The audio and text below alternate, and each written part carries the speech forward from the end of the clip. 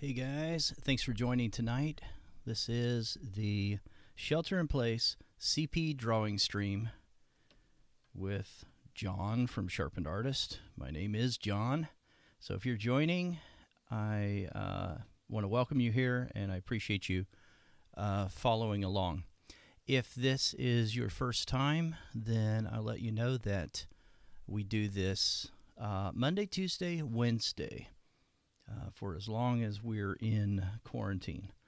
So as long as we have a major threat of the virus and we're all doing our shelter in place, then we're going to continue to do these. So I've had a lot of fun doing them. All right. Let me know if you can hear me and if you're able to see the feed. I want to make sure we're live. I think we are, but there's a couple things I wanted to sort of correct out here a little bit, or just refine and make a little more definite. Hey, Linda, long time no see. How are you? I just saw Linda on office hours. So for those that are part of the Sharpened Artist Academy and are in the monthly Sharpener, we do office hours twice a week. And it's just always a lot of fun doing that. Okay. And Melanie. Melanie is another one I just saw. So glad you guys are over here. All right, let me just want to define just a little bit where these teeth are. Right in here. And there we go.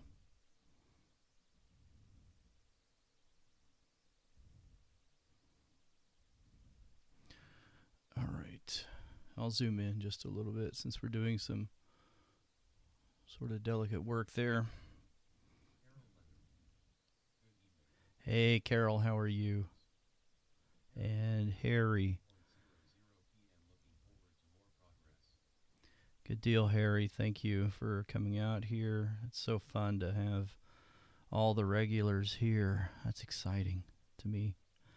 All right. Define this just a little bit better over here. And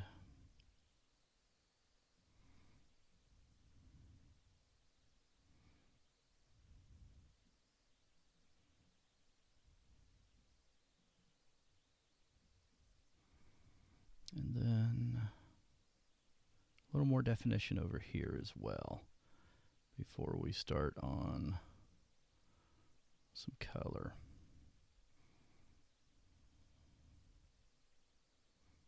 I noticed up in here we need that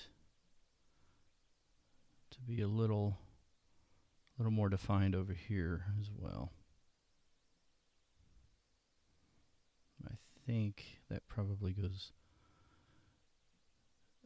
up the highest right in here. I'm looking at the alignment of this tooth with relationship to where it is over here. If I drew an imaginary line down, that's what I'm trying to look at right there.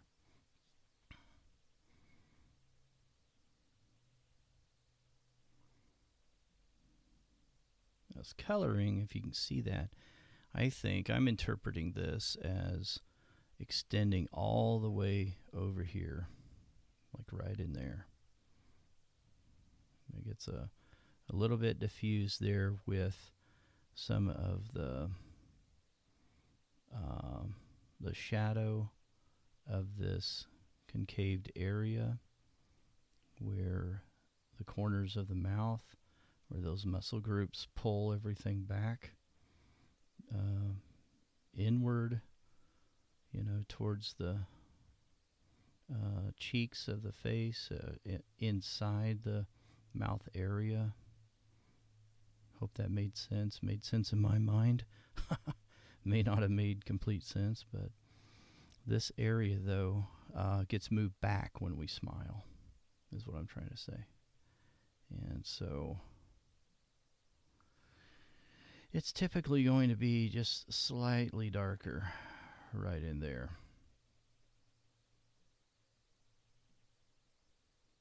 Not always, not 100%, but most of the time it will be a little bit darker. Lighten that up just a little bit. May have gone a little too dark. Okay. There we go. All right. I don't want competition with that crease right in there.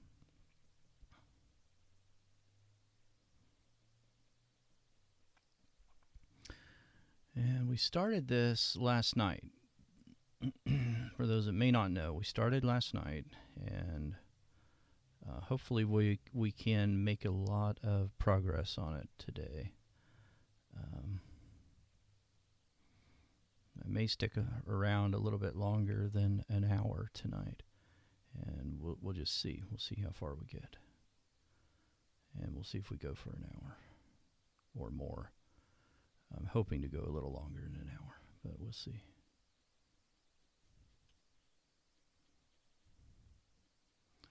All right.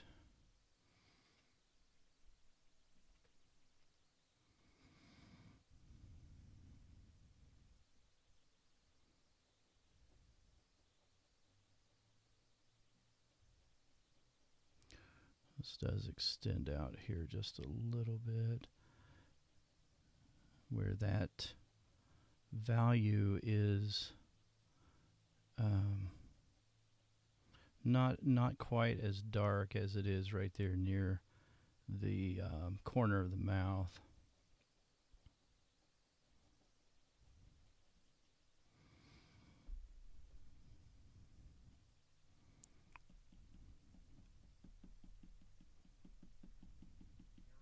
There we go.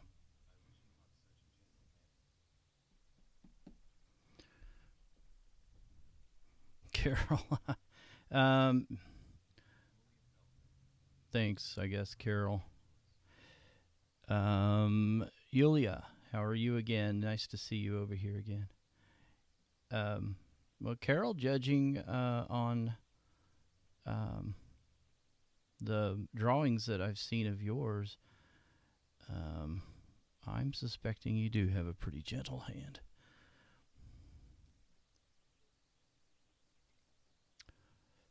Okay, let's see here. Well, I want to look at my reference and maybe look at it like this, the other one, think about it. Looks like I could go a little higher on the upper part of this lip right in here.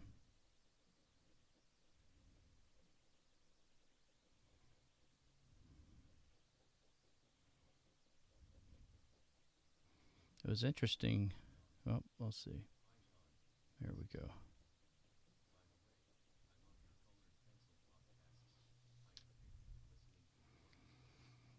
Oh, thanks. Art by Connie Don over there watching on YouTube Live. Thank you so much. Appreciate the feedback on the podcast very much. Okay.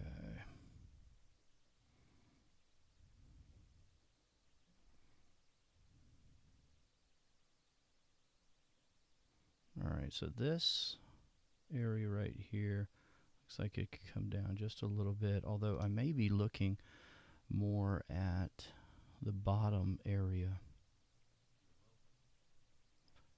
So it could come down perhaps just a little bit more. Now I'm gonna spend just a little more time, making sure that I have things fairly accurate right now, because once I start adding color, I don't want to have to keep redrawing where everything is, you know. Because if I do that, if I start doing that, then I'm going to have to kind of go backwards on some of the layering process as well. You know, I mean, there's that risk, right, of having to do that. So I want to be aware of any kind of technical issues right now related to the line drawing, rather than trying to, you know, recover from an issue later. Not that it can't be done. It can be done a lot easier on Pastelmat than it can be on many other supports. Okay.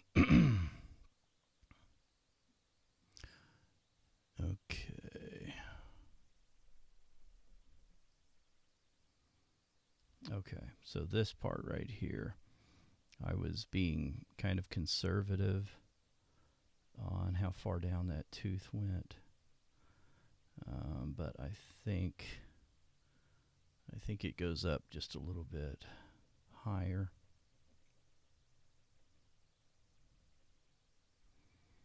So that's the way I'm going to interpret it. And then I think this one probably does something like that. Right there.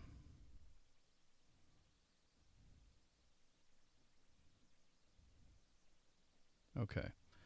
Now,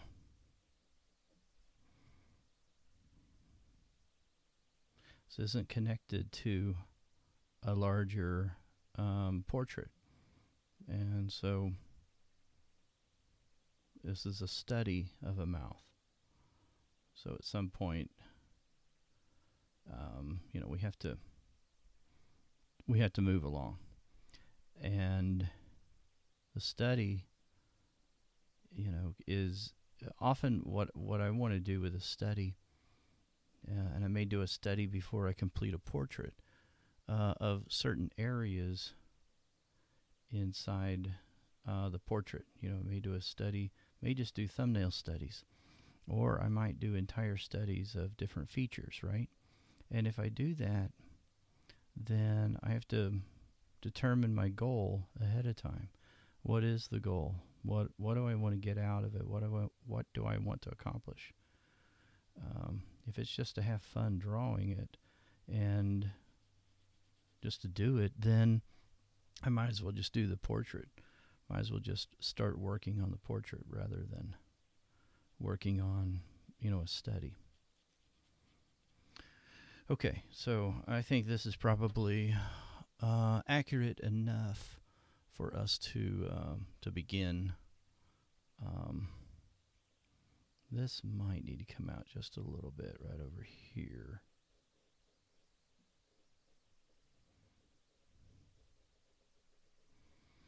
Okay.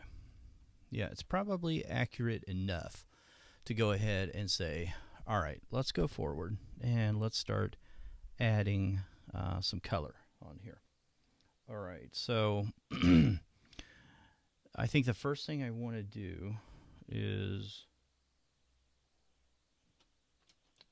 I want to grab my dark indigo, if I can find it. Seems to be missing. Got to be around here somewhere. Here we go. Okay. And on this dark indigo polychromos pencil, then what I want to do, there we go. There, you can see it right there. What I want to do is just something very, very subtle. Just put in a little bit of that darkest value right there in the corner. That's all on both sides.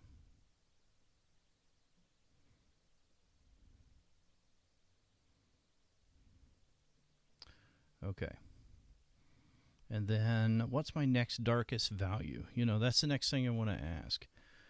I want to look at it I want to ask myself, what is the next darkest value? And I think I'm interpreting that it's this area because this, I think, travels further back into the mouth.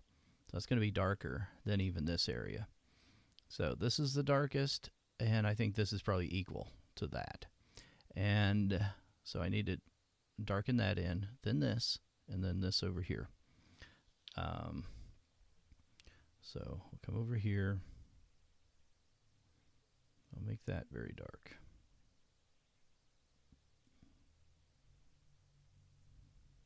Okay. And then this area.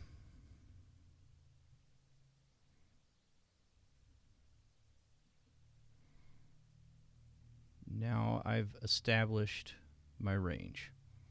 I have a range of values now.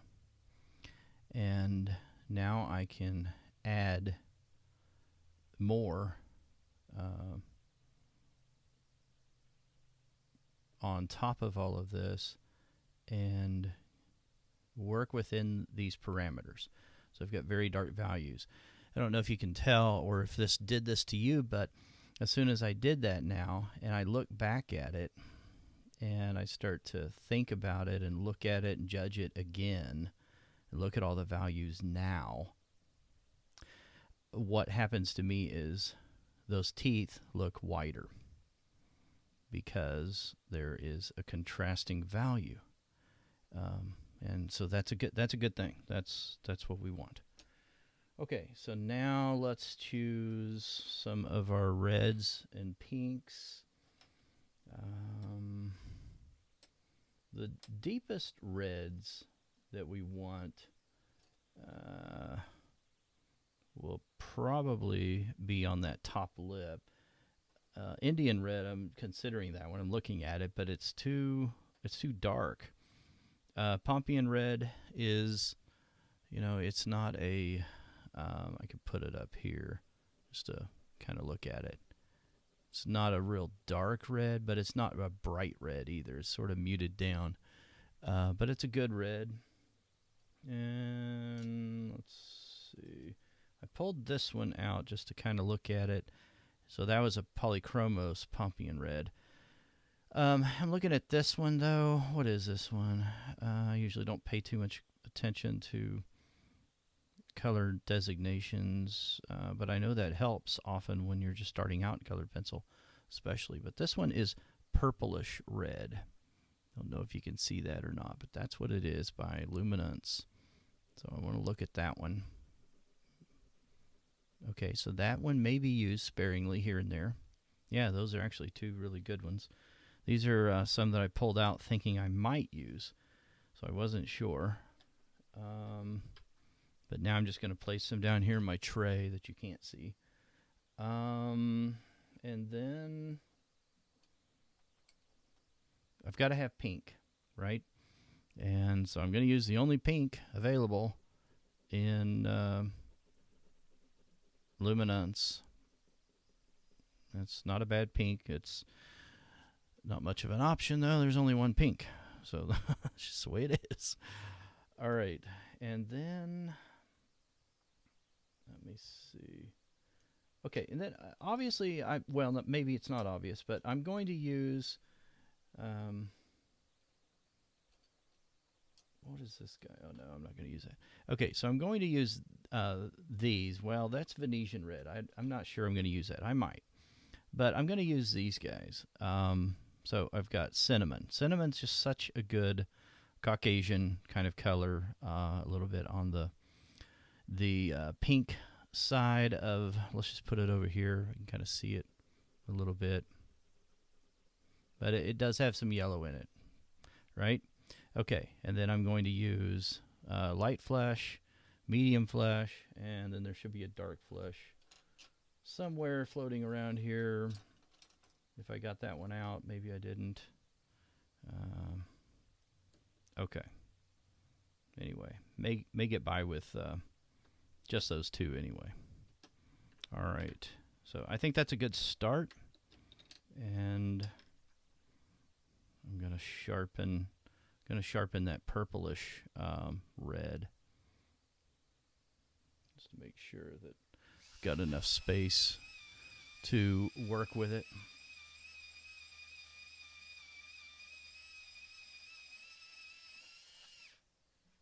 Okay. That pencil sharpener told me that it was sharp. It looks like it is. All right. And then Pompian Red. When I'm looking at this, I know immediately or already that the dark portions of the lip are going to be, of this mouth, are going to be on that top lip. That's going to be darker than the bottom lip, right? But the bottom lip's still going to have elements of some of those dark colors, even though I'm going to overall make the top lip darker. But I can start using, I think, this very dark one, purplish red, right away down here in the bottom part, and then move that color up as I'm progressing, and lighten up my touch as I move away from that edge down there. So I want to go ahead and put that pretty much everywhere down there. And then this is also going to be probably used a little bit on that bottom lip. Yeah, we'll probably go ahead and just use it just a little bit down there.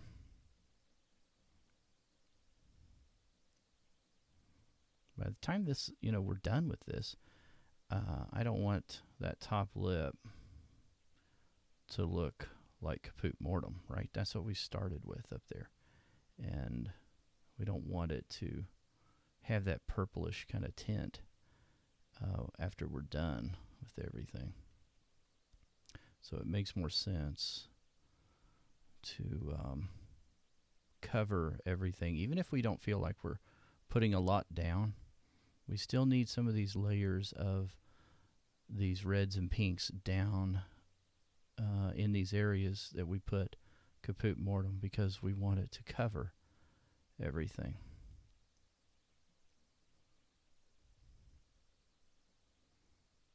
So I'm going to spend a little more time over here on this side of the mouth, because this side is darker over here. And I want to be able to depict that. Okay, come over here.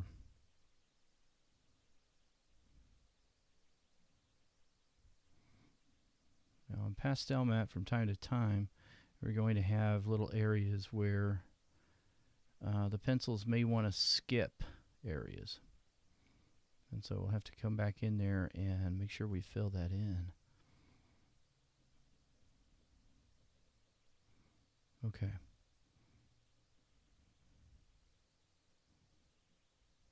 Okay, so now I'll start working on this bottom lip here.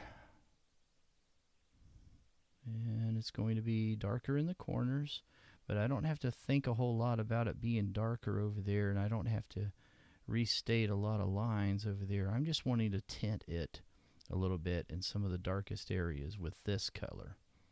And the reason I don't have to think a whole lot about it being darker over there is because I already established that as being a darker area by using that dark indigo and Caput Mortuum. I can push this back from that line, so I've established that little line that I see in the reference. I see a little bit of a line in there. I just think that if I really focus on that line and make a harsh line on my drawing, that's not going to communicate real well in a finished piece, in a drawing, in a piece of art. I don't think it's going to make for the best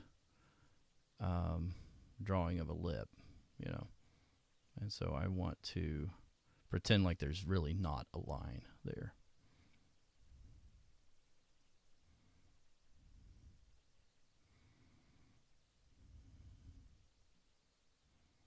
Okay, so now I'm getting close to that other side, and there's a little bit of reflection happening right in there. So I can kind of skip that area a little bit. So I'm thinking about the darkest areas right now. And I'll skip back over here then to this dark area right in here.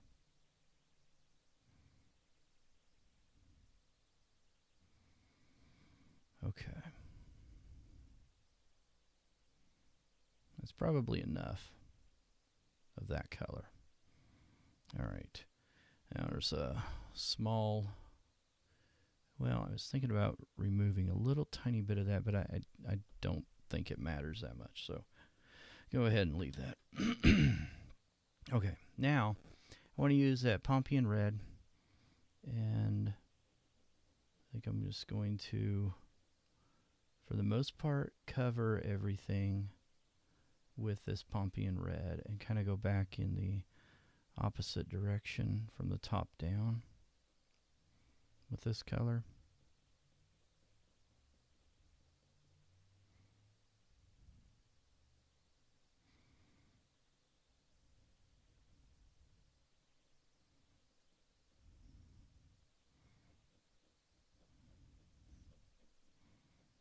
There we go.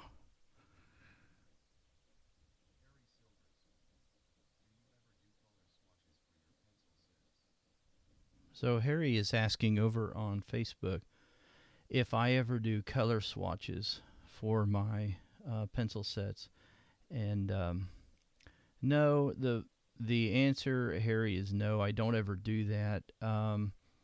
I will nearly do that over the lifetime of a pencil set, only because I just do little swatches right before I begin usually. A piece, and I look at what it looks like on the paper of the support I'm going to be using.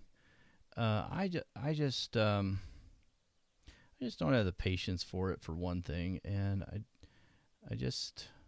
I know some people love to do that, and they really talk about the benefits of it. To me, it feels like a waste of time, because I can kind of tell what I've used the pencil before, more than likely. If I haven't used it before and I'm curious about it, like for instance, say I grab this pencil. Say I grab this Luminance pencil. What is the name of this one again? Ultramarine Pink, right? So I grab this one and I look at the lacquer finish that the company says this pencil color is. Well, you can tell by looking at that lead that there's a little bit of a disconnect, right? We don't have to be like a color theory expert to tell that something went awry, okay? Yeah, now reds isn't bad. I think reds might be a good way to go, and pinks and that kind of thing. Okay, to be able to see, though, what this color is, I'm going to do a bit of a test swatch over here, right? Now, look at that. Now, I'm not sure how well this is going to show up on camera, but to me, and I know we're in the top area, top eighth of the frame here, but to me, that nowhere near matches the pink on the end of that, okay? So most of the time, when I'm looking at pencils, by sight, I'm looking at either the back of it or the lacquer finish of the pencil first, to be able to tell what generally the company thinks this color is, right? And then the next thing that I'm doing is I'm looking at the pencil lead itself. I'm looking at the actual color out here. And then I'm going to look at this one. I'm going to say, whoa, it's not pink at all. It's purple. And it's some kind of lilac. And then I may grab it and say, well, I need a lilac. And so I'm going to test it and see how close to an actual hue it is that I need or want, And then I'll do a little swatch, and I'll figure out what I want to do with it and if I want to use it. But that's as close as I come to just doing a whole bunch of, test swatches of every pencil. When I grabbed the Derwent Lightfast the first set that I had. I guess that was probably the 48 set. Excuse me. I did do some swatches of that. Because I was doing a live stream and I was demonstrating, and showing them, showing what they were. Probably the biggest reason why I did that. So, all right. That angle looks like it might be a little bit off over here. But I don't think it's bad to do that. For me, it would be a practice in procrastination. I would probably, if I started doing that, I sat down, started doing that, then I would have to honestly ask myself, okay, John, what is it what work is it you're trying to avoid? What is it you're really trying to not do right now? Because that's probably the reason why I would be doing that. But I can see the benefits of it. I just don't think I have the patience to do that. Especially with the reds. I can see the value in that because, man, some of the reds are deceiving. Some of them end up looking more like orange. And unless you're familiar with the reds that you're using, then I think you could come away with some problems, some issues. Okay, so this is going to look pretty dark for a little while, and that's fine. And we're going to go back in a lighter direction in a little bit. So over here, I'm going to add more of this color.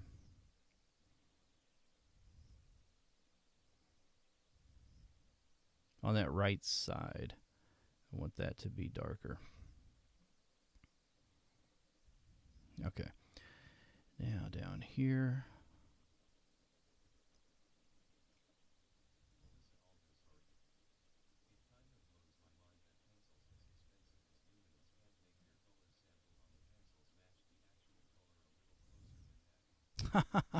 Yeah, that's a good point, Melissa.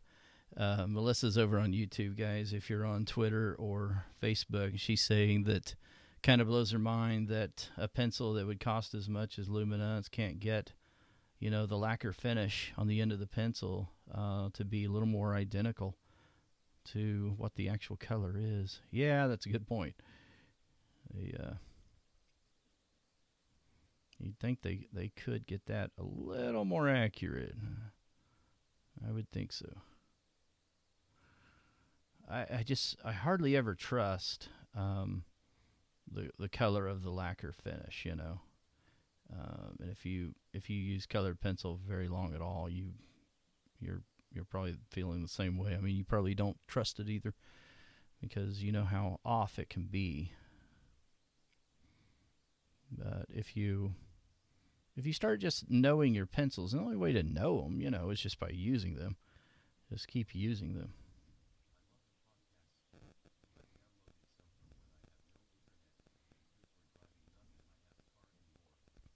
Oh, thanks, Shiny. Shiny's saying she enjoys the podcast as well. I appreciate that. So, yeah, they are good for driving in a car, and that's why. That's what got me started listening to podcasts. Is I was, I had an IT job and I was commuting back and forth. A lot of days it was an hour or more one way, and it was just a way to pass the time. I used to listen a lot to Twit. I don't know if you guys ever listen to that, but This Week in Tech is the name of that podcast, and they call it Twit, and it's such a good, very good podcast.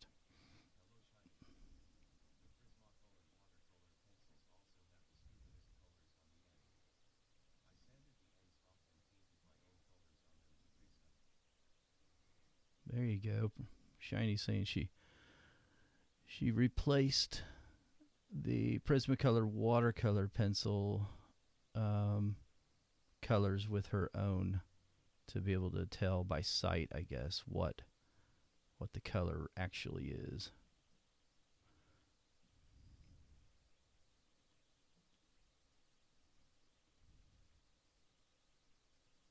Okay, got a little carried away on that edge over there. But yeah, oh, there it is.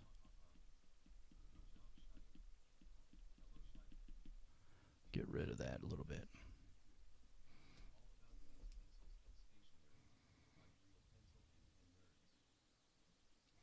So another podcast, though, that I've really fallen in love with lately is called Business Wars. It's such a good podcast.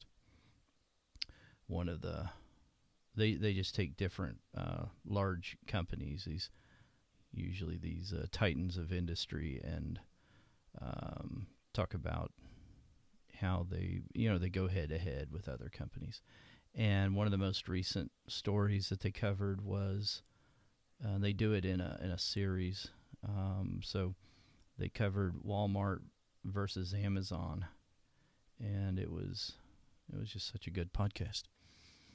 Really gave you an insight into it condenses down stories into sort of bite-sized chunks and gives you an idea of motives and timelines and things like that. I mean, you live through a lot of these things. Like, it goes back in time with some of the stories.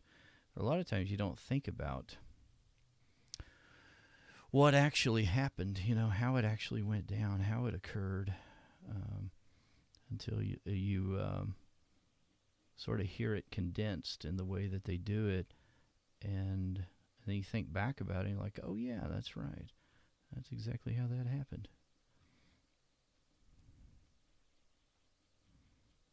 But I guess you'd kind of have to like history a little bit, and like, maybe current events. I like all that stuff, but I know some of you do as well. So,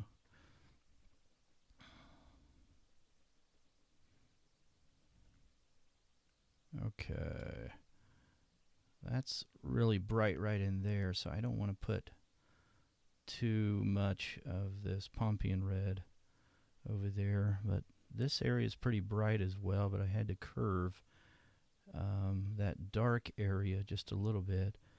So now I want to extend this out. I may take some of that off, but for right now it's okay to make that a little bit darker. But I've got a lot that I want to cover, and so I'm using that long and large linear stroke.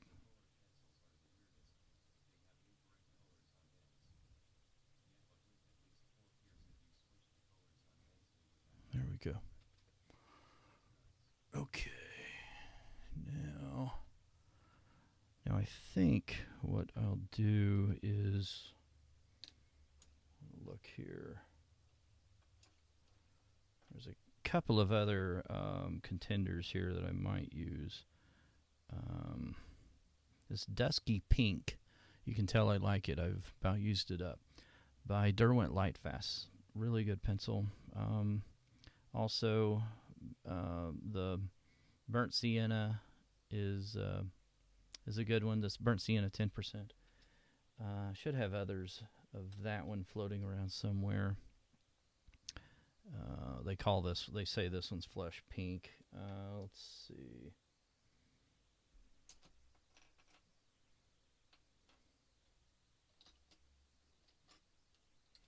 I don't see the one I was looking for. I was looking for...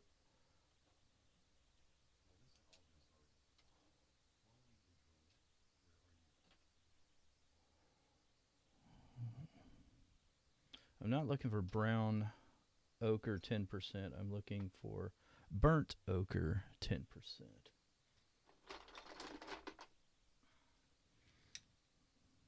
I'll reach back into my bin here.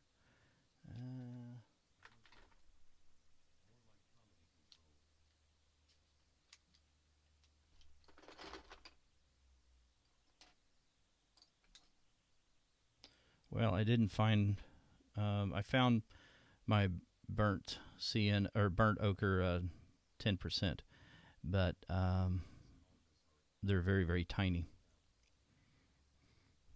Now, see, I don't know if you guys can see this or not, or if you can detect this. But trust me on this. This pencil varnish is slightly, now it's very, very slight, but it is a darker color than this one. Now, that's my perception. I really see a difference. This is darker. This is lighter. These are the same color. But it's just to prove my point that you can't always trust the end of the pencil.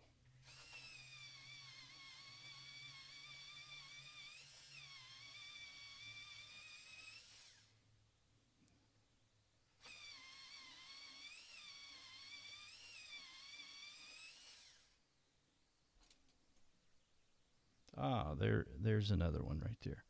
Okay, I didn't realize I did have it out there. It was right in front of my face. That's probably why I couldn't see it. All right. I want to get a little bit of value over here on the skin because I need a little bit of context for the lips, and I want to run some of that color into the mouth area. Because that's reality, and I think you can see that. That's a very, very diffused edge, up here, but especially down here. So, yeah, Harry is saying over on Facebook, it seems strange working dark to light. Yeah, I get that, and I have people ask about that from time to time. But that's always the way I work, and but I understand, yeah, that it's typically always the way that I sometimes won't do that just entirely, but that's most of the time what I'm doing, and I understand, but I think it has its advantages doing that. And one of the advantages is quite practical. I mean, it's just a pragmatic thing where I can't see, like some people will start with ivory or light flesh pink or something like that, and they put that down first, and that I guess they've got better eyes than I do because I just can't see it, and so part of my reason for going dark to light usually is because I can't see it unless I have something down I can really use. Yeah, it's just something that I've done, I guess, for a long time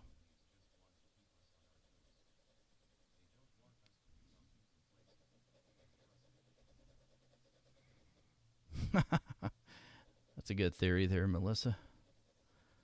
She's saying maybe the companies, are not wanting us to become complacent and just trust what they put as their interpretation of the color on that lacquer finish. I love it. Conspiracy theory, right? That's it. That's exactly what's happening.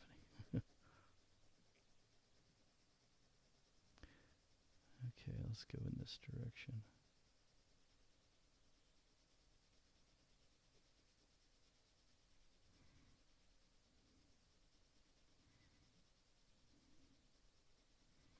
I think it's probably a really, really tough job, to be real honest about it, to get that little lacquer finish to be pretty accurate.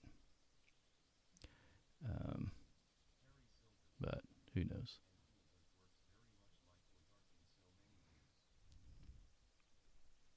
So Harry over on Facebook says Ann Kohlberg works very much light or dark in so many layers. Oh, does she? Does she work light or dark? Huh. Light or dark. Okay. Now see the bottom layer, that we have here, just to talk a little bit more about that then, Harry, the bottom layer of that dark pencil, I like what happens when you use that light layer on top. This is a lighter layer, right? This burnt ochre 10%.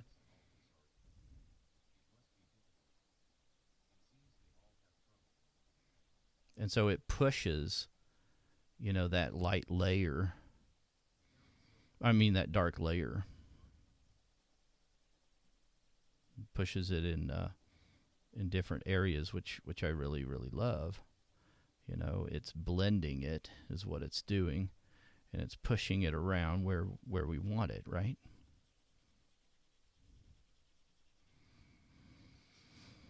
Harry says light to dark. So let's see here. Oh, I got you. You're correcting what you said. So she works. You're saying Anne works light to dark. Yeah. I think that's. I don't know that that's what most colored pencil artists do, but I feel like that's what most do. I could be wrong about that. I don't know probably most colored pencil artists, but some reason I get that impression that a lot of them do that at least.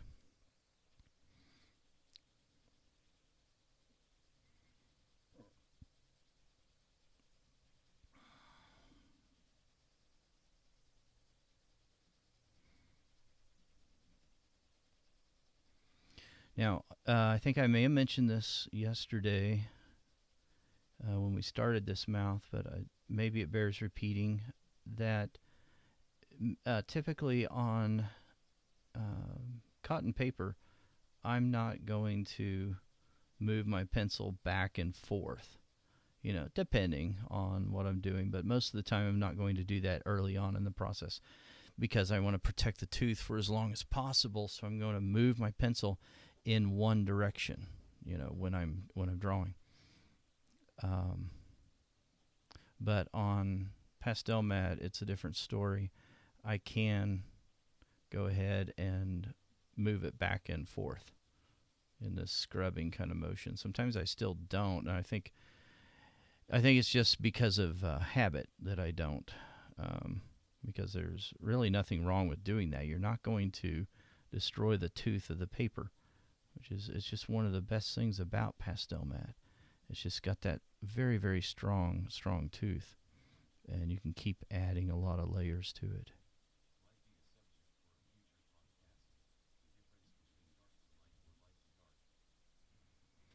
Yeah, maybe so, Harry. Harry's saying maybe it's a good topic for a podcast, talking about working light to dark or dark to light. Okay, we may have enough down as an initial layer here.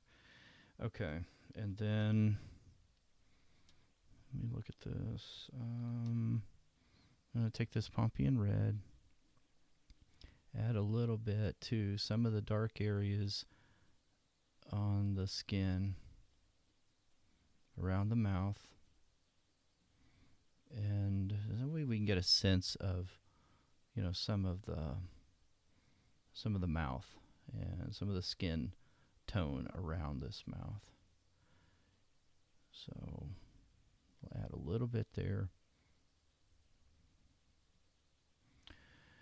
And up here,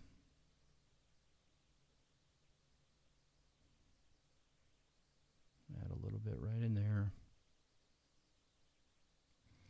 And over here.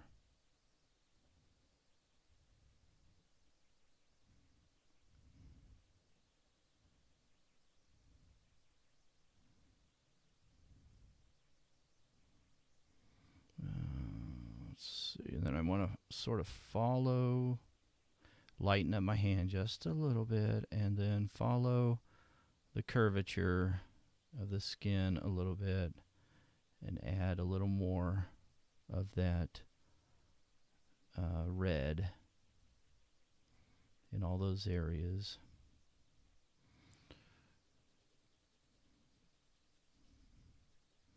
up in here, I see a lot more red than in the other areas that I just went over.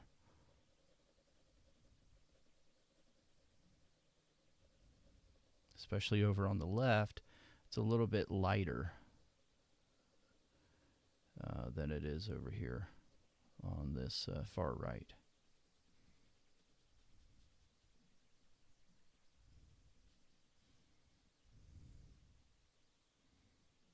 Okay. All right, so now let's go really light, and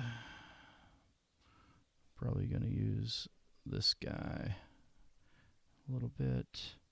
And actually, before we do that,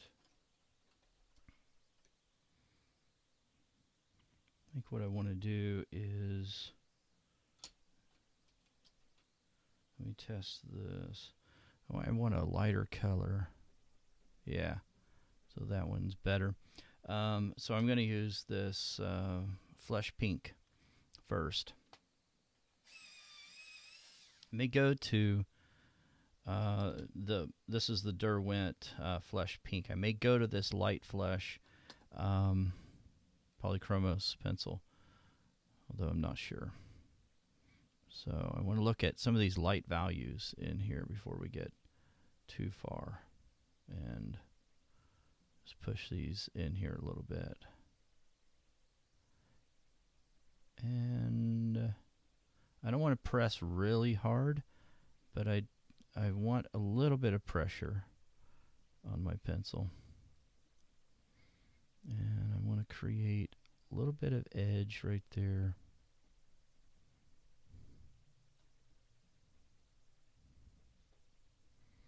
And just for proof of concept, since this is a study that we're doing, I'm going to go ahead and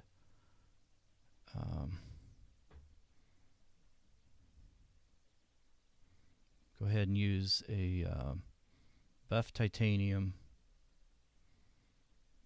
because I want this to even be slightly brighter than what it is right now. And so I can use buff titanium as my lighter color, just to see how bright we can make that right there. So here we go. So I need to interpret then what are the brightest areas, and I think those are right in here. Now see, now this may be up for interpretation, I don't know, but my opinion, and I guess one way, if we wanted to be extremely technical about it, we could be, I suppose. I don't know that it matters that much, but I could look at this in Photoshop and this mouth, and I could, zoom in really close and use my eyedropper tool, and I could grab a sample of this little highlight area, go into another document, a new canvas inside of Photoshop, and then paint that particular swatch that I created from that part in the lip. And I would say that it might be pretty close to that color right there. I would say that my point is, it's not white. It's not pure 100% white.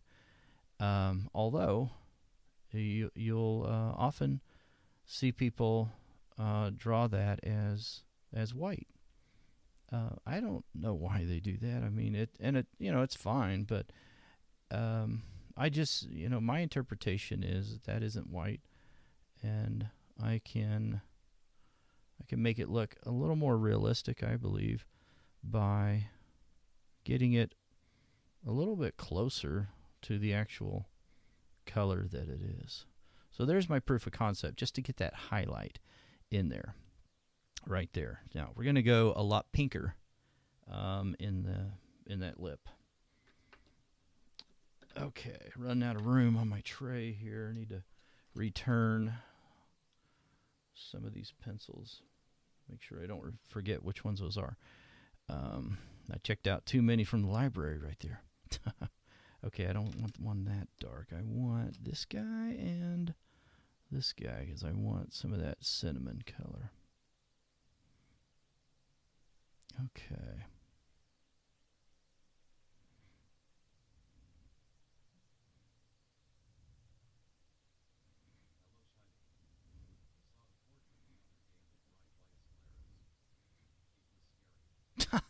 Yeah, shiny. That cracks me up. Yeah.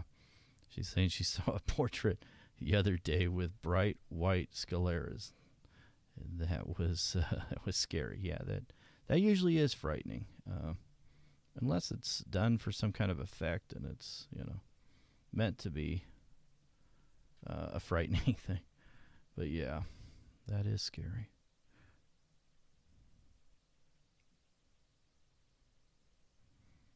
Okay.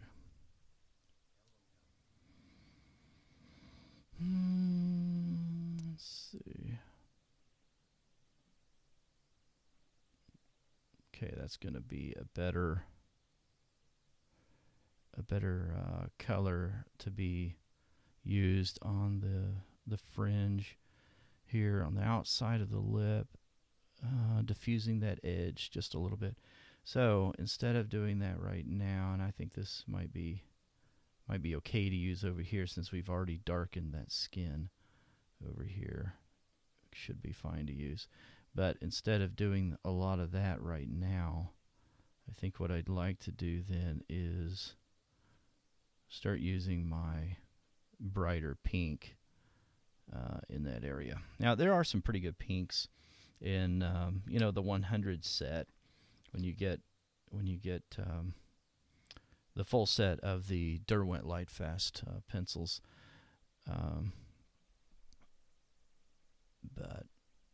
But we've got this one that still works. I guess I've had more experience with using this this pink from Caran d'Ache Luminance set. But there are some very interesting pinks and reds. But you can always mute down a red with white in the Derwent Lightfast line.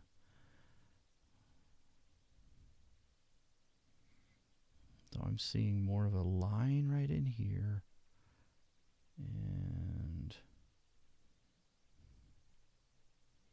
then we can always put other colors with that. So I know some of you are following along and drawing yourself. I know several of you are doing that. And that's exciting to me. So if you have any questions or would ever like to share that would be really cool as well. And I would love to see those once you're done, or even the work in progress if you ever want to share those with me. That'd be a lot of fun to be able to see. Now see, even if I'm pressing a little bit harder now with this particular pink, the nice thing with this pastel mat is it's going to show me still some of those layers underneath,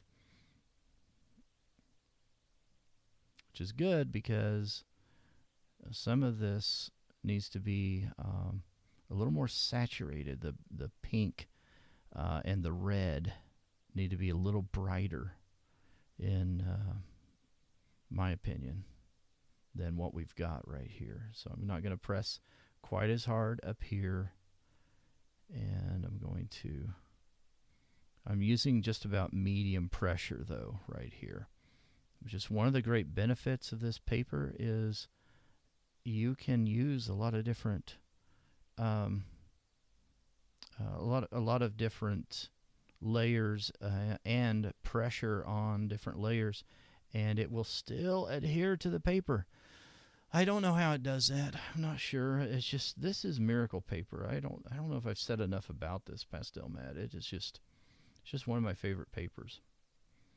Especially if you compare this to using like the Strathmore plate paper or the Strathmore Bristol smooth paper or something like that. I mean, it's just like, wow. All the problems that you've ever had on that paper when you compare it to using pastel mat. It's like those problems disappear and the issues melt away. That's just pretty amazing. Okay, now I think what I want to do, there's some great, like I mentioned, there's some great colors in the Derwent Lightfast set that I think would just work really well right in here, especially over here, this area, where it's very, very, this very bright, saturated, hot red right in there. That would be great. I think we'll do that. Okay. For consistency's sake, I want to get a lot of this pink put in up here. I don't want to go all the way up though. I want to get close though. And I want to add most of it down here first, and then we'll just keep pushing it up towards the top of the lip, but lighter pressure up there. So a little bit heavier pressure down here towards the bottom of the lip, and that little tiny divot, I want to give that a little bit of pressure right there. I can hardly see that due to my angle, and there's a little bit of a glare for me with my light. I'm hoping it's not for you guys. It doesn't look like it is when I look at it over here, but kind of move my head, maybe I can see it a little bit better. There we go. But if I keep adding this everywhere because of continuity, I want everything to be, at least color-wise, I want some uniformity and continuity in the top and bottom lip, right? So I'm going to use, hopefully I'm going to use the same colors. I'm going to use less or more of the same colors depending on which lip I'm on. So I don't want it to look like it's two separate lips that belong on two separate faces, right? Okay, let's push that out. Now, see this wax-based pencil, it just sort of covered everything. It covered up a lot of that polychromos underneath.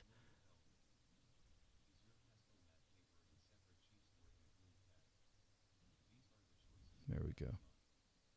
Yeah, Yulia, it's in the glued pad is what it comes in. I happen to have it right here.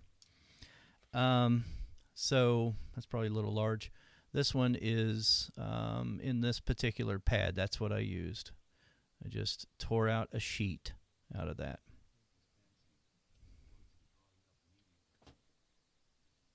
Yeah, isn't it though? Shiny. It's a great pink. I mean, it really is. If you only had one pink and you only have one pink in the Luminance line, then this isn't a bad one. Not a bad way to go. It's a good one. Okay. I wonder whatever happened to... Yeah, you're welcome, Yulia. I have purchased pastel mat in individual sheets as well, though, and they work just fine as well also. I wonder whatever happened to Luminance coming out with different colors in the Luminance line. I don't know what happened to that. Maybe they're still working on it. What is the color number name? Oh, yeah. Okay, so this color name is Anthraquinide Pink. Yeah. So the number is 571. Is that right? I believe that's the number, right? Yeah, 571. Okay, let's look at this. And I think that does look brighter, although I want this area to be bright white right there, a little more yellow in that area. My interpretation is there's more yellow there. And so what would work well, perhaps, is using burnt ochre 10%. As I've already got pink down in there. So I can push this in here and sort of emulate some of that horizontal coloring that you see right in there.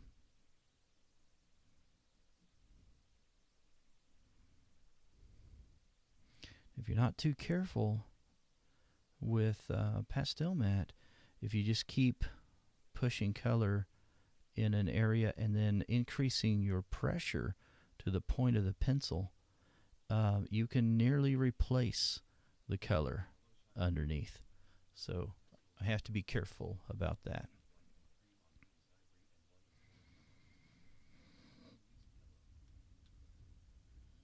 Shiny saying, what is the pastel matte paper you said between antique white and cream?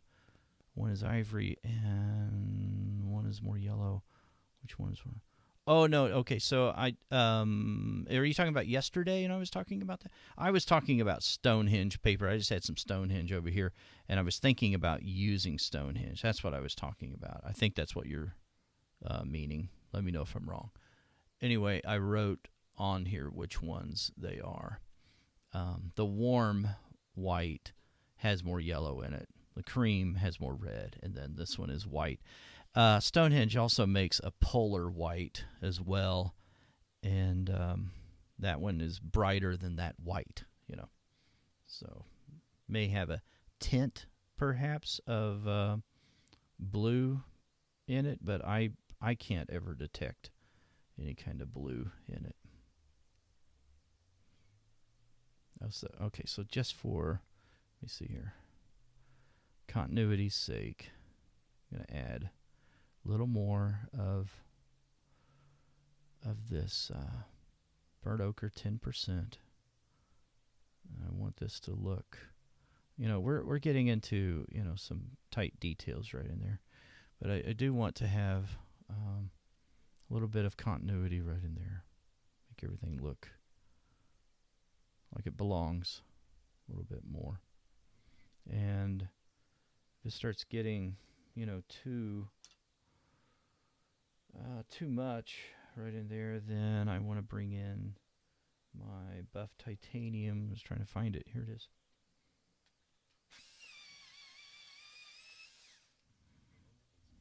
And add that in there. There we go. Hey, Ramona, how are you? Missed you today on office hours. I'm not sure what happened there. Sorry. But glad you're here. Okay. So I can add a little bit of that buff right in here. And then I can go in a horizontal way back here. Add a little bit of detail here. There we go.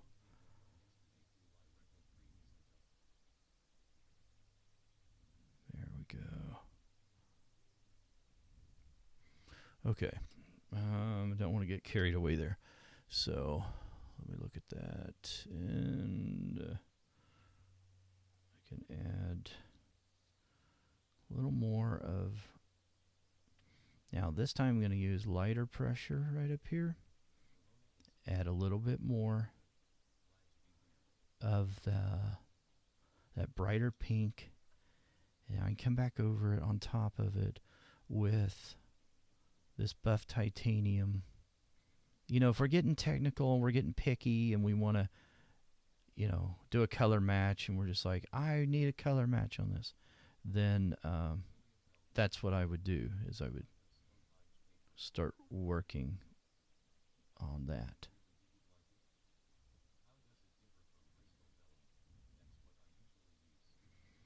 Oh, I think it's nearly night and day different, Yulia, from Bristol Vellum. If you're talking about Stonehenge paper and you're comparing that to Bristol Vellum, and I'm presuming you're talking about Bristol Vellum from Strathmore, I'm guessing.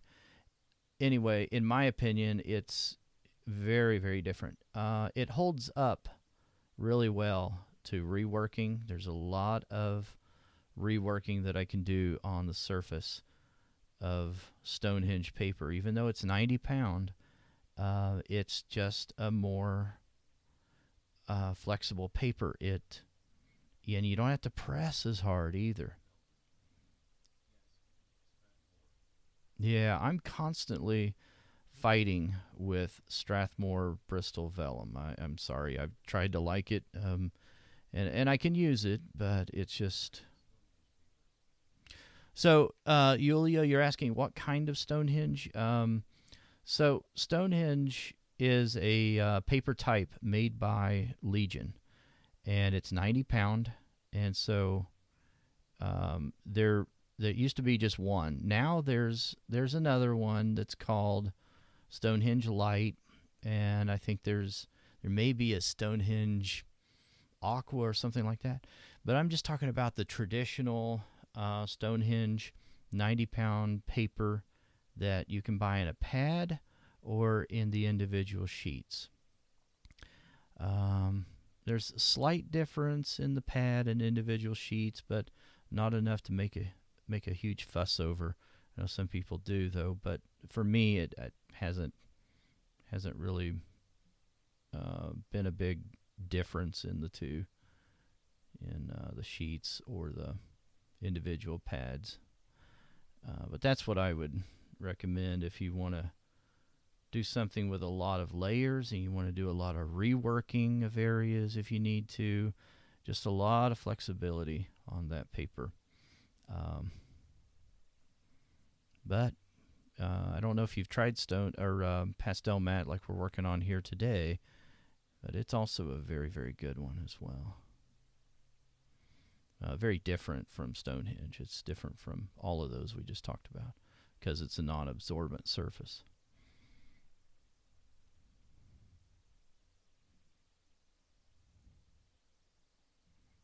Okay, I need to stop doing all this detail. It was more just a proof of concept on what we're doing right here. And there's no reason to keep doing all that detail right now. There's other things we need to get to. We're getting a little bit of a collection of a little bit of dust on that surface. Not a lot, but a little bit. So we'll get rid of that. Okay.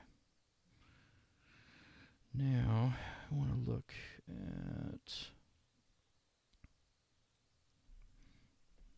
All right. Let's got a little carried away here. That's starting to bother me just a little bit. Okay, now I feel better. Getting rid of that little bit of that edge right there. And we will press harder on some of these areas, and it will look a lot more like this particular area on the mouth, and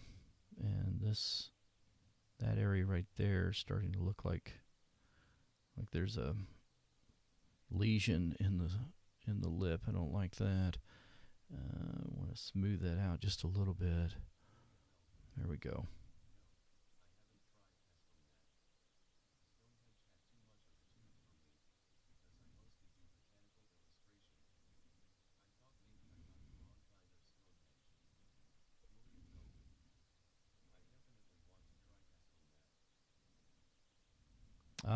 So you've already tried, Yulia, you've already tried pastel, or Stonehenge rather, and you felt like there was too much of tooth. So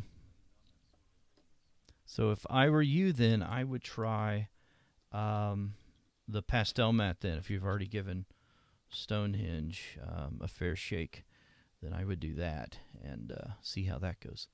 So Harry is asking what a non-absorbent surface is. I threw that term out there, didn't I? Non-absorbent, then I'm going to look at these pencils here and see, not that one, but some of these reds.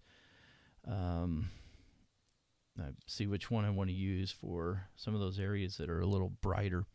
Non-absorbent, so a cotton paper will absorb liquid, right? So think of it that way. If you put something down like OMS or water, it's going to soak into the fibers, those long cotton fibers of the pencil, of the paper. And a non-absorbent surface like pastel mat will not absorb anything you put on it. It will dry, but it won't absorb it. It will stay on the surface. So pastel mat's non-absorbent, and many other types of supports are as well.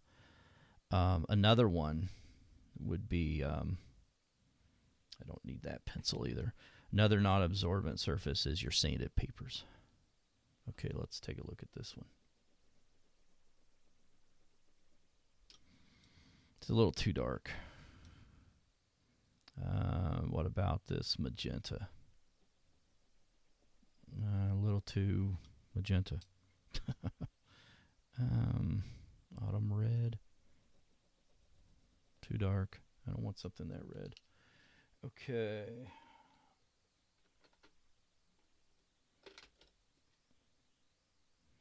Scarlet has too much yellow in it. I know, because I've used it before. And I remember thinking that. Let's see. I might. Let me look here.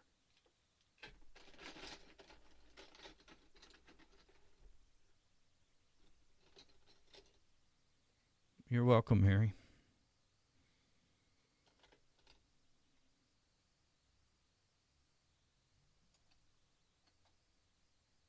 Okay. Well.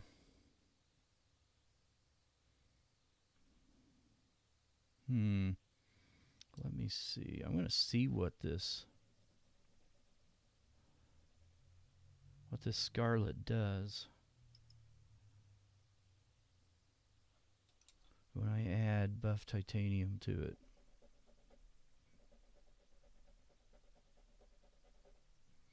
That's not bad.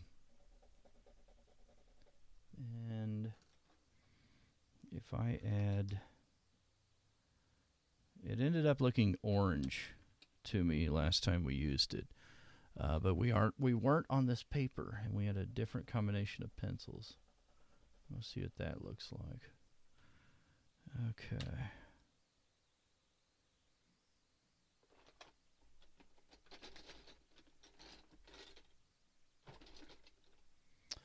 May just go ahead and use that. Let's see. I think I tried that Derwent red, but I'm gonna. Is it this one? I don't know. Maybe I didn't. Kind of like that Derwent red. I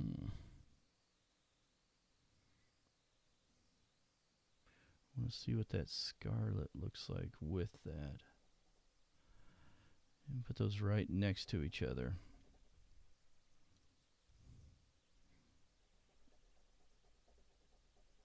That is a little bit brighter, it looks like. The Derwent red looks a little bit brighter. Saturation-wise, I'm talking about.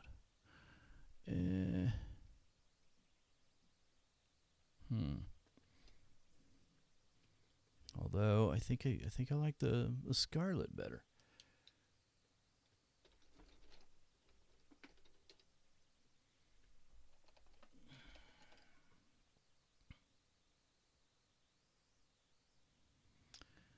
Let me see what this light purple pink looks like from Polychromos. And we'll mix it with this one. That's not too bad. Maybe we'll do that. Okay.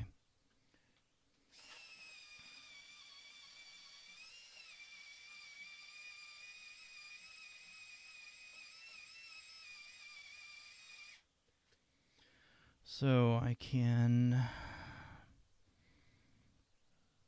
look at this and first use, you probably don't want it zoomed in quite that far, do you? First use this light purple pink in Polychromos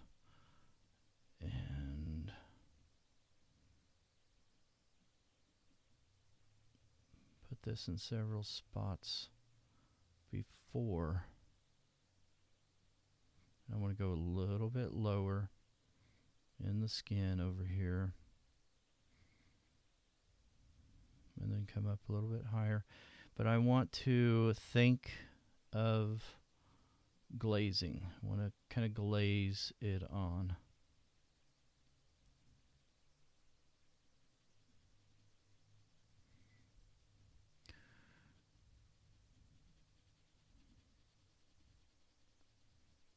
Just add a little hint of this, and thereby, you know, if I'm applying it in this way, then I am you know, just adding a hint of it. I'm blushing the area here, right? I'm just putting it down in a small area and very, very lightly, so I'm tinting it and just adding a hint of that color. Not adding a lot of it, and I want to be careful about that, not to add too much. Probably went down a little bit too far right here.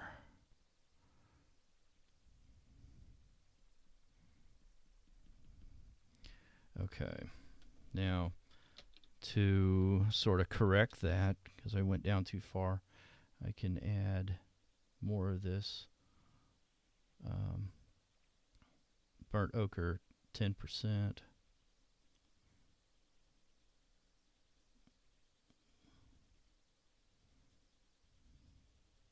Okay.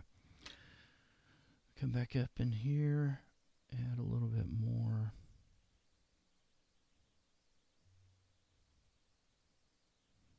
I want to add it over here as well, up in this area. And over here. This should be more the same tonal quality. Right over here at the edge of that shadow, where the light is starting to get starting to hit the lip over here, right? It's coming from out of that shadow because the upper part of the mouth was shading it, but it's going to be affected by that light, where that light starts to turn and become bright out here where we have all those highlights. Okay, and then there, I see a little bit back in here as well, right in there. And it turns over here. I need more of that brightness to go over that way as well. Okay, let's see. This needs to come up just a little bit higher. That's not the right pencil. So this Pompeian red probably. Right in there. Okay. Now, I wonder how different this pencil is than some of these I was testing over here. About the same. That's not the same pencil, but it's nearly the same color. Looks like it's just a little bit lighter. Okay. So now that I've used that, I'll go back over it with Scarlet. The pencil the color I wasn't thinking I would really even use in this piece, but now that I'm working on it, I think I will. There we go. It's not bad. I mean, it will mix with some of the other colors that we'll use. So again, with this, I'm going to hint at this color. I'm trying to tint this a little bit. Not using it to saturate the entire area.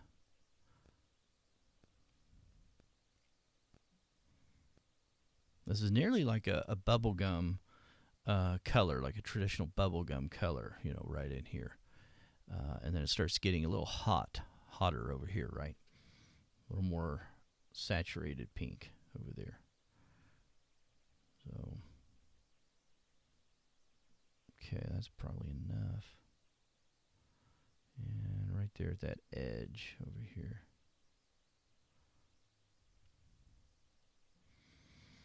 Okay, now I've left that top lip alone here for a long time.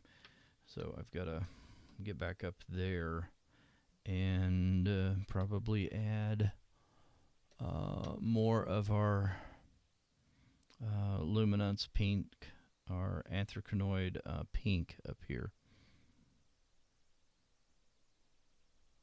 But we already did that earlier, I believe. So actually, I'll just add just a little bit right in there.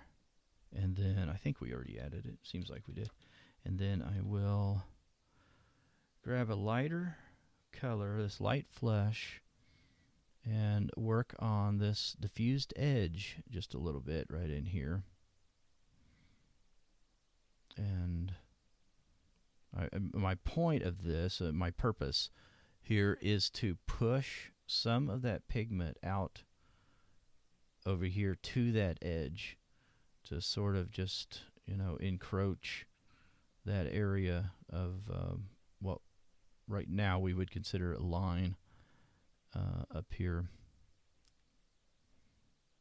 I don't really want a real harsh line separating where the lip color is and the skin.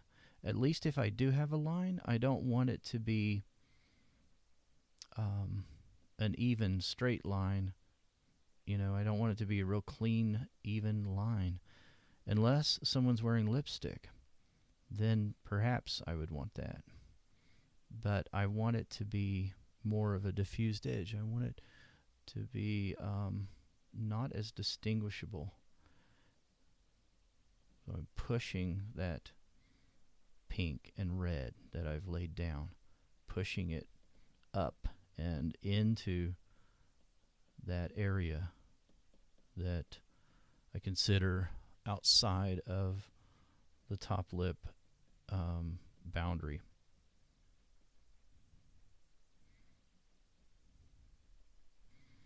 Okay, and then right in here, I've got to switch because that's a very, very dark area. So I want to go back to the Pompeian red and add that right in here, and probably something even darker right here.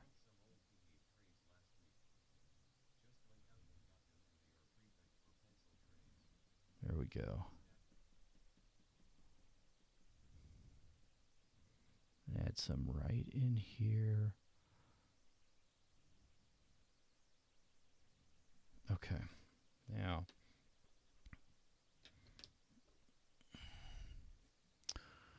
now I can use, I think I want to use this cinnamon.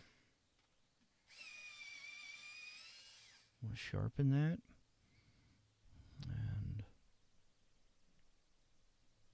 I don't want that to be a real bright red right there.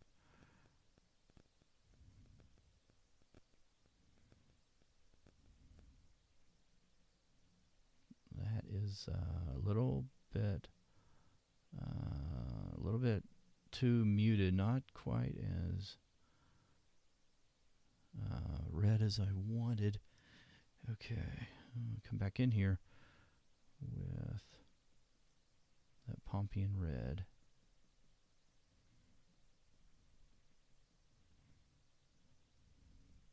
So shiny, sounds like you've got a project ahead of you, huh? You've got some trays you can use for colored pencil. That sounds awesome. Sounds like a lot of fun. Okay, let's use this guy a little bit.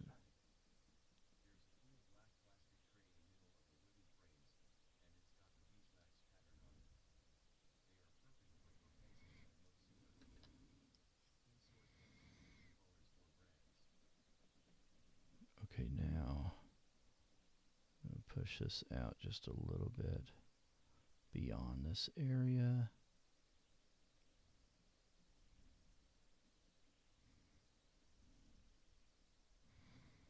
And up here.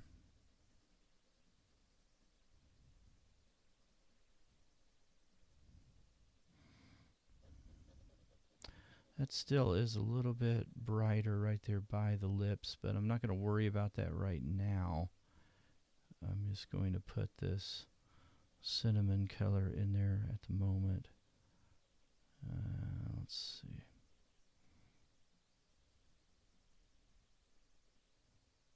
There we go.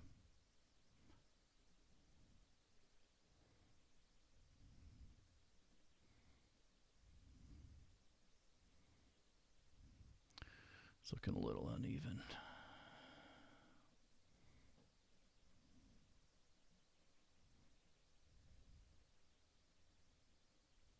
Okay.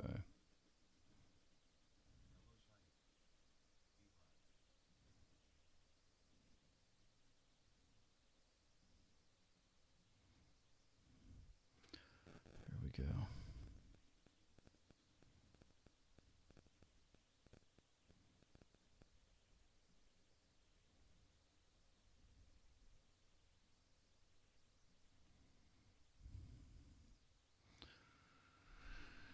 Okay, let me look at that.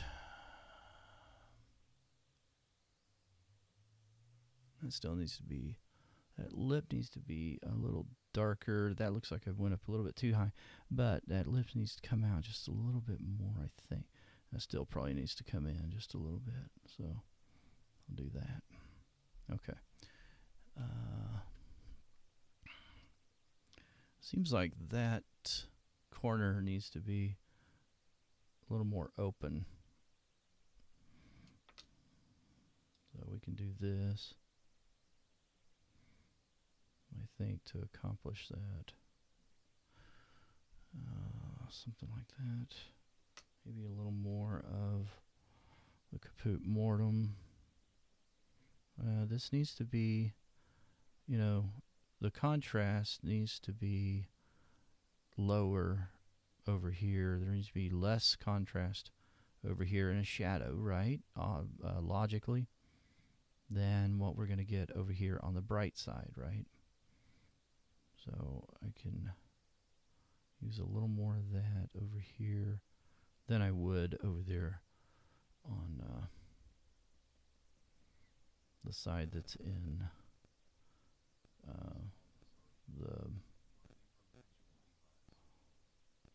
the highlight area. Okay.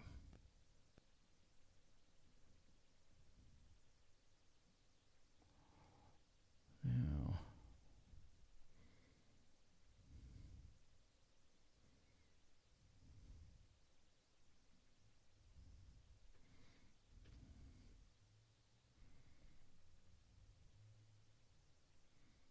yeah, I think I'm seeing a tooth in there that I wasn't really seeing before. Okay. Suggest it just a little bit there. All right. So now, let me see. This probably needs a little more dimension over here than what we had. Okay.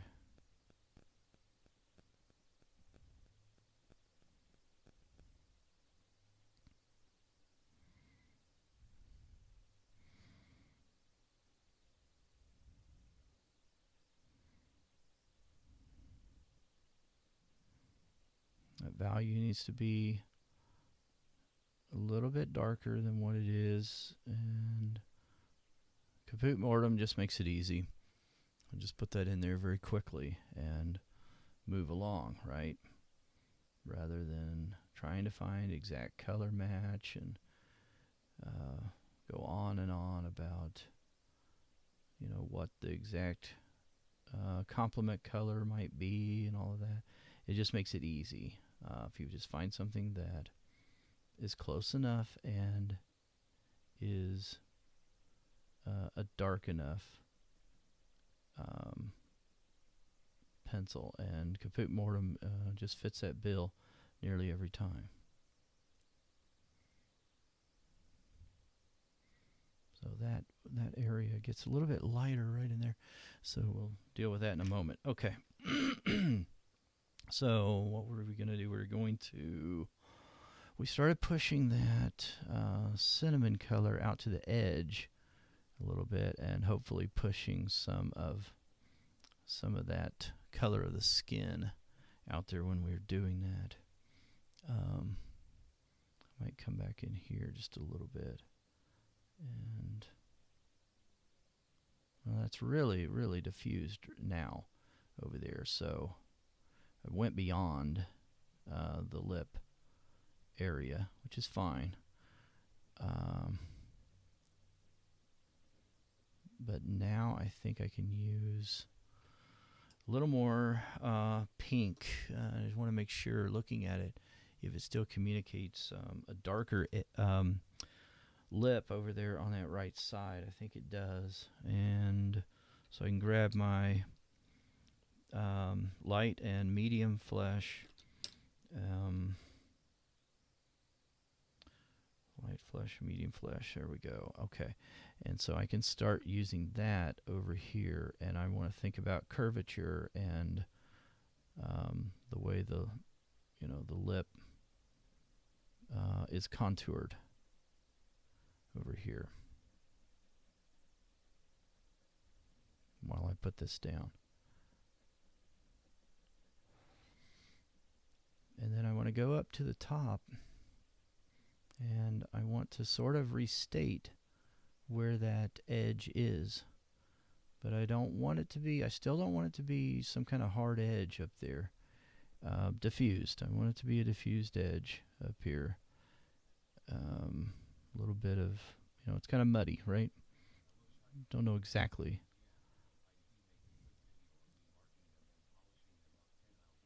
There we go. And then down below, as we get close to where it curves under towards the teeth, it's there's a little bit of darker area right in there. So we put some of those dark reds back, but I think I might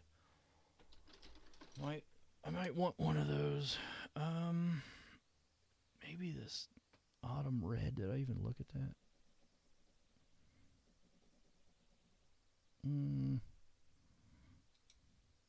I think I do want that.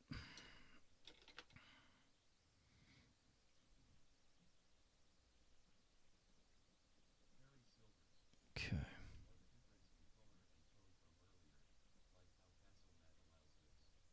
Oh yeah, yeah. Thanks, Harry. Yeah, it has a lot to do with the surface. It really does. Yeah. It starts.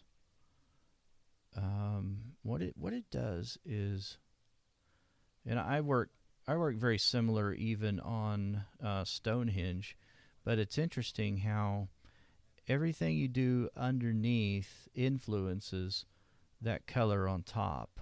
So it really does influence the way that the colors look on top here. Okay, now you can get this color all the way up here. And then down here. Wow, I should have used this color earlier. I kind of like it.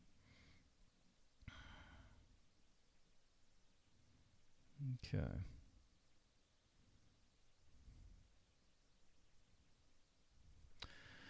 And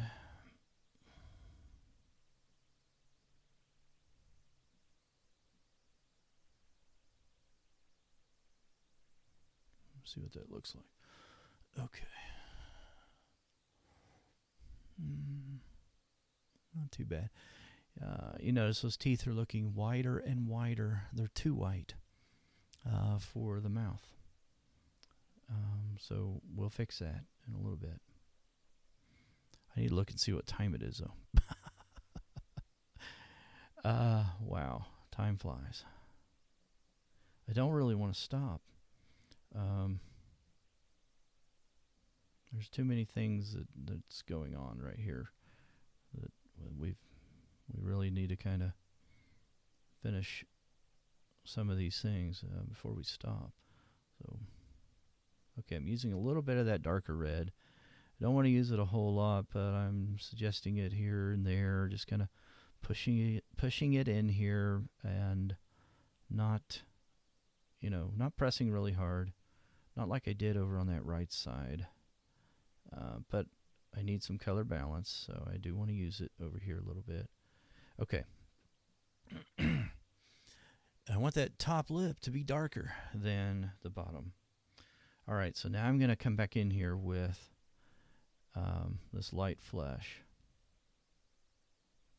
Especially look for some of those textural elements here. Right next to little creases, I want to add brighter areas, right? That makes sense. So I want to make sure I do that. Right in here, it's a little bit brighter. And then it gets bright up here as it starts to leave and go into the skin of the mouth area and not part of the lips, because the lips, they're a different type of skin. They're actually closely akin to the skin that's inside the mouth, and they're damp. They're semi-damp, and they have a different function and purpose than the skin around the mouth, right? And so they're a different color because of that. All right, now let's look at this. Put a little more of that pink right in there.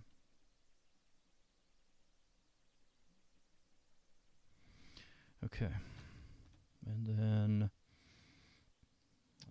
where did that? Here it is. So a little bit more of this burnt sienna, or burnt ochre rather, 10%. Push this in here.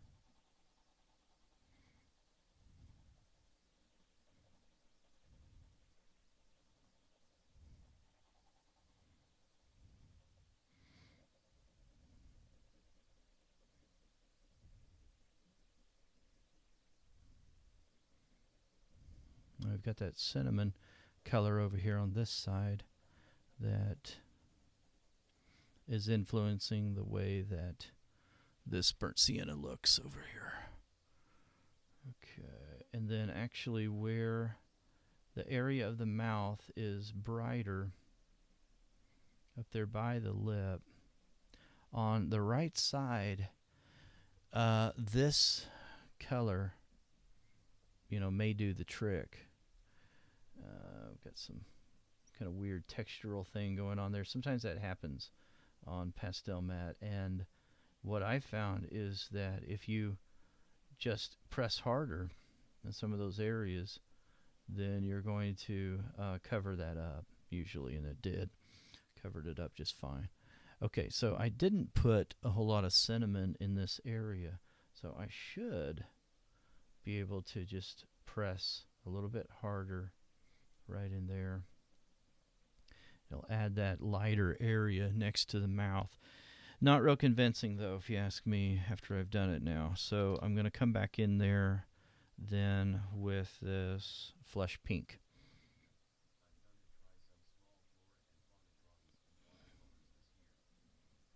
And add that in here to get that lighter area.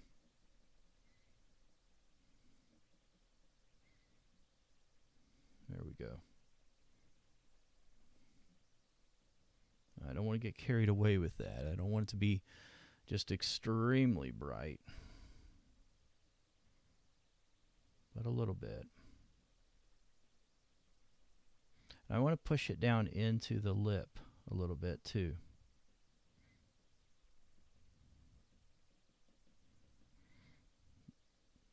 Both directions. Okay. Now, if I used it over there, I'm going to use it over here a little bit. But this is an entirely different color on that side. Well, not entirely different, but you know what I mean. It's lighter.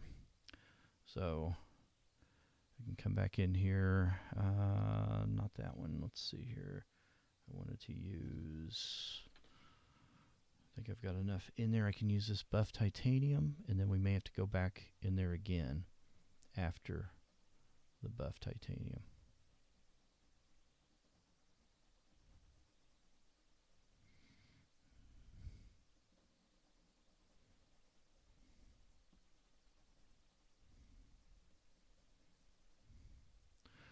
Okay.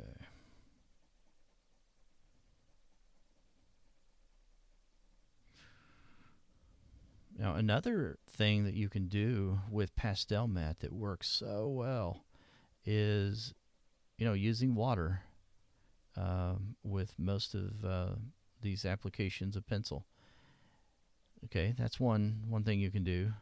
You can also use solvent, and you'll get some nice effects doing that as well with colored pencil. The water you can use with, and it works with both oil and wax-based, but it works much better with the oil-based pencils than it does the wax-based pencils.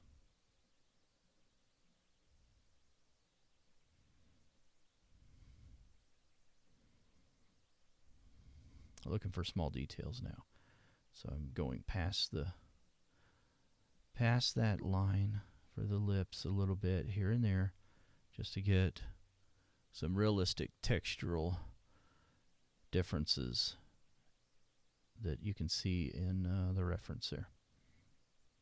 Now, I'm a little haphazard about it. I'm not going to copy it entirely and think about it like a photocopyist or anything, but I just want to suggest that that red area goes past the lips. At this zoom level, we're showing that, right?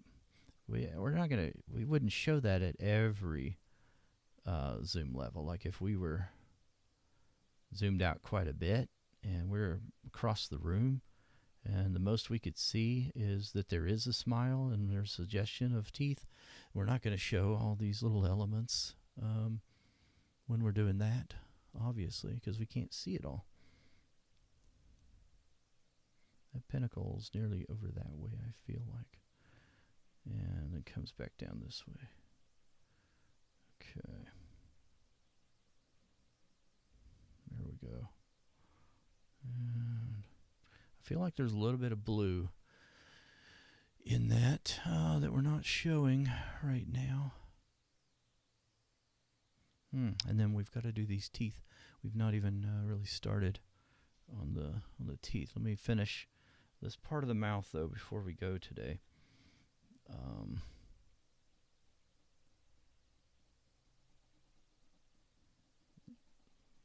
That way we'll know kind of where we were, how we ended up.